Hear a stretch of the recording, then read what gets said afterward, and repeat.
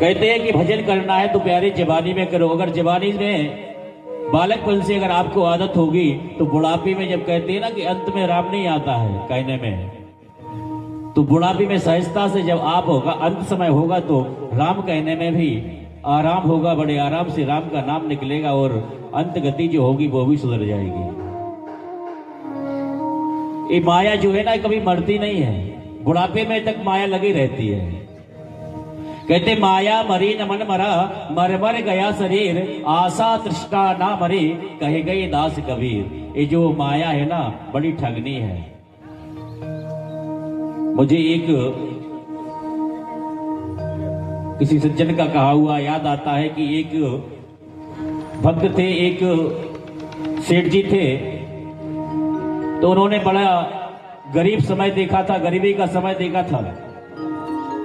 मेहनत करके अपना धन व्यापार बढ़ाया, अपने बच्चों को पढ़ाया लिखाया और उन्होंने अच्छी शिक्षा दी। उनके बच्चे भी आराम से विदेशों में जाके बिजनेस व्यापार करने लगे, व्यापार करने लगे और बच्चे तो सेट हो गए बाहर विदेश में जाके। और जो सेठ जी थे वो अपना यही स्वदेश में, अपने देश में रहते। कोई आता कहता सेठ जी चलो कथा में चलना है, तो बोले कथा के लिए तो टाइम नहीं है प्यारे, आपको अगर कुछ चंदा चाहिए हो, धन चाहिए हो तो आप ले जाओ। ऐसे ही समय उन्होंने निकाल दिया। ये माया है ना बड़ी ठगनी है। तो धन तो दे देते, लेकिन उनके पास में 10 मिनट का समय नहीं हुआ करता था कि वो जाके कथा श्रवण करें। एक समय ऐसा भी आता है कि सेठ जी वृद्ध हो जाते हैं, उनके बच्चे बाहर विदेशों में व्यापार करते हैं, तो कहा जाता है कि बेटा आ जाओ, आपके पिताजी अस्वस्थ हैं, बीमार हैं, उनका कोई पता नहीं कब चले जाए।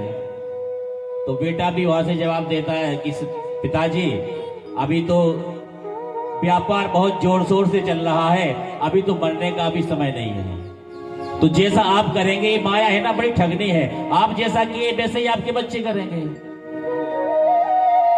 तो ये माया जो है कभी मरती नहीं है। अंधेरे में छाया, बुढ़ापे में काया और अंत समय में माया, ये कभी किसी का साथ दिए क्या? अंधेरे में आप अगर अपनी परछाई को ढूंढोगे तो आपकी परछाई दिखेगी? नहीं दिखेगी। अंधेरे में छाया और बुढ़ापे में काया। बुढ़ापे में आप सोचो कि हम यंग हैं, तो क्या यंग हो गए? हाथ पैर जवाब ही नहीं देंगे आपके। सोचोगे कि हम बच्चे की तरह दौड़े तो दौड़ोगे? नहीं दौड़ पाओगे।